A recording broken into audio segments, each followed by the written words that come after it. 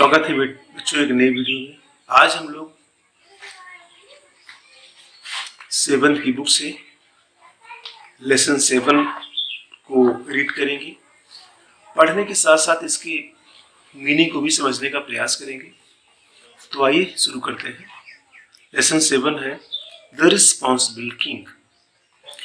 एक जिम्मेदार राजा है ना। द रिस्पॉन्सिबल किंग, जिम्मेदार राजा।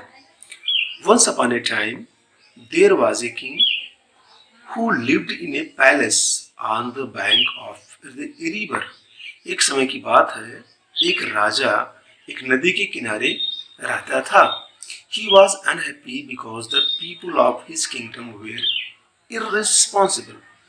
वह बहुत दुखी रहता था क्योंकि उसके राज्य के लोग बड़े गैर जिम्मेदार थे। Every time he went out in his है ना चैरेट, यहाँ पे देखिए रथ यहाँ पे दिया गया ना, तो चैरेट रथ। तो यहाँ पे every time he went out in his chariot he used to see stones and rubbish laying on the roads. Every time he sailed in his boat he found the river very dirty.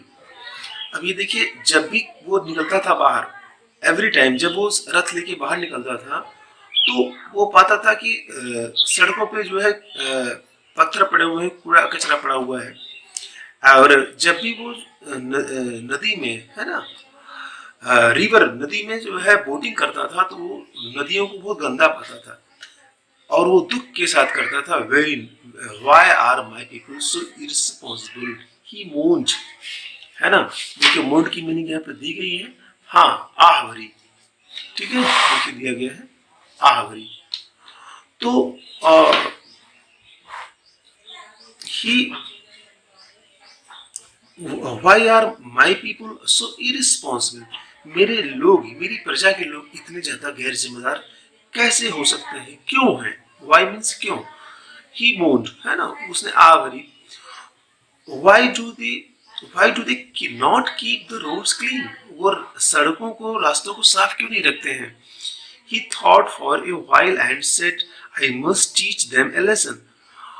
फिर कुछ देर के लिए उसने, कुछ क्षण के लिए उसने सोचा और फिर उसने कहा, मुझे इन्हें सिखाना पड़ेगा। I must teach them a lesson.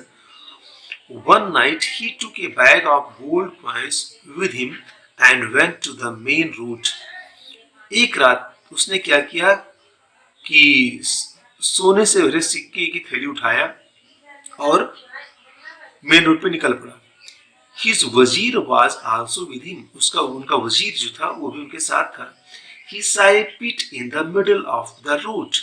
बीचों बीच में सड़क के एक गड्ढा देखा। He put the gold coins in it.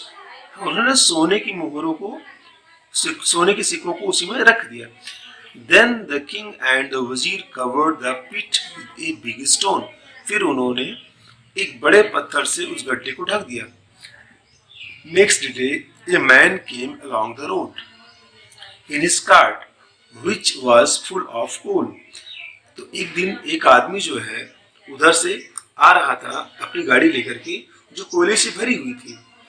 He saw the big stone in the middle of the road, but he was not worried about it. He drove his cart around the stone. है ना, उसने एक बड़े पत्थर को road के बीच में देखा लेकिन उसको कोई तकलीफ नहीं हुई। ही ड्राव, उसने अपनी गाड़ी को किनारे किनारे से लेके चला गया। The another man came along with a flock of sheep and goats. एक दूसरा व्यक्ति जो है बकरियों की और भेड़ों के झुंड के साथ आया। The man did not pay attention to it and drove his flock around the other side of the stone.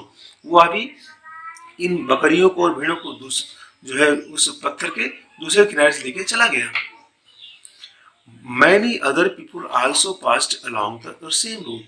बहुत सारे लोग भी उसी रोड से गुजरे। But all of them were so irresponsible that they did not bother to remove the stone.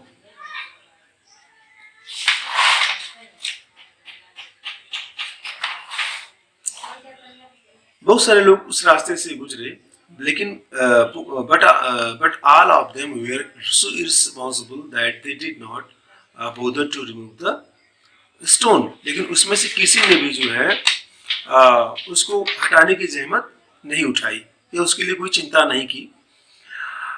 Finally, the king called all the people of his kingdom and said, सभी लोग, सभी प्रजा के सभी लोगों, call all the people of his kingdom, अपने राज्य के सभी लोगों को उसने बुलाया और कहा, come let's remove the stone from the road, आओ और वह पत्थर सड़क से हटाओ.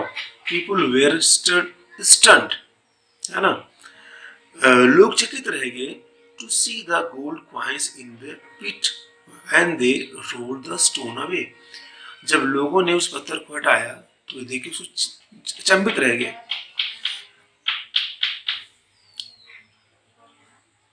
Look, there were gold coins under the stone, but no one bothered to remove the stone. देखिए उस पत्थर के नीचे, अंडर द स्टोन, पत्थर के नीचे जो है सोने के सिक्के पड़े हुए हैं. So no one deserve the gold coins, no one bother to remove the, लेकिन किसी ने उसको हटाने के लिए कोई प्रयास नहीं किया, कोई चिंता नहीं की. So no one deserve the gold coin, these gold coins, इसलिए कोई किसी का भी इस सोने के सिक्कों पर हक नहीं है. हैड यू बीन रिस्पॉन्सिबल, क्या आप सभी लोग इसके लिए जिम्मेदार हैं. And had you been responsible and remove the stone, the gold coins would have been yours, the king said to his people. लोगों से कहा राजा ने कि अगर आप have you been responsible, आप इसके लिए जिम्मेदार होते और remove the stone, अगर आप ये पत्थर को हटाए होते तो आप इस सिक्कों के लिए आप जो है रिस्पॉन्सिबल, ये सिक्के आपके होते. had you been responsible, and अगर आप जिम्मेदार होते एंड रिमूव द स्टोन, और पत्थर को हटाए होते, the gold coins would have been yours, तो सोने के सिक्के तुम्हारे हो गए होते. The king said to his people, राजा ने अपने प्रजा से कहा. द किंग ऑर्डर्ड हिज वजीर, है ना, राजा ने अपने वजीर से को आदेश दिया, take the gold coins to my palace, इन सोने के सिक्कों को मेरे महल ले चलो. After hearing these people felt ashamed and sorry too and promised to be responsible citizen. और यह सुनते ही लोगों को बड़ी शर्मिंदगी महसूस हुई. एंड प्रोमिस्ड, और उन्होंने वादा किया, टू बी रिस्पॉन्सिबल सिटीजन, एक जिम्मेदार व्यक्ति बनने का उन्होंने वादा किया, है ना. उनको दुख भी हुआ और शर्मिंदगी भी. देखिए यहाँ पे लिखा हुआ फेल्ट असेम्ड, उनको दुख शर्मिंदगी भी महसूस हुई, एंड सॉरी, और उनको शर्म भी आई. तो इस तरीके से एक चैप्टर में एक बढ़िया संदेश भी दिया गया है. और आप ये लेसन को जरूर पढ़िए. और देखिए कुछ चीज़ें, कुछ वर्ड्स ऐसे नए नए मिलते हैं इनकी मीनिंग नहीं पता रहती है, तो कुछ तो यहाँ पे दिया गया है, ठीक है, न्यू वर्ड्स में दिया गया है. लेकिन अगर कुछ की मीनिंग आपको नहीं आ रही है तो आप मोबाइल में गूगल ट्रांसलेट है, आप उसकी सहायता ले सकते हैं, डिक्शनरी की भी सहायता ले सकते हैं. वैसे मुझे जहाँ तक लग रहा है कि आपके पास एंड्रॉयड सेट जरूर उपलब्ध है, क्योंकि आप उसी के माध्यम से मुझे देख रहे हैं. तो आप गूगल ट्रांसलेट का प्रयोग करके जितने भी कठिन शब्द हैं आप उनकी मीनिंग लिख करके और उसको बाकायदे समझ सकते हैं. तो बच्चों, उम्मीद करता हूँ ये आपको अच्छा लगा है. और यदि आपको ये लगता है कि और लोगों को भी इसकी ज़रूरत है तो आप उनको भी शेयर करिए, अपने क्लासमेट्स के साथ भी शेयर करिए, और रेगुलर अभ्यास करते रहिए. तो मिलते हैं नेक्स्ट वीडियो में, तब तक के लिए नमस्कार.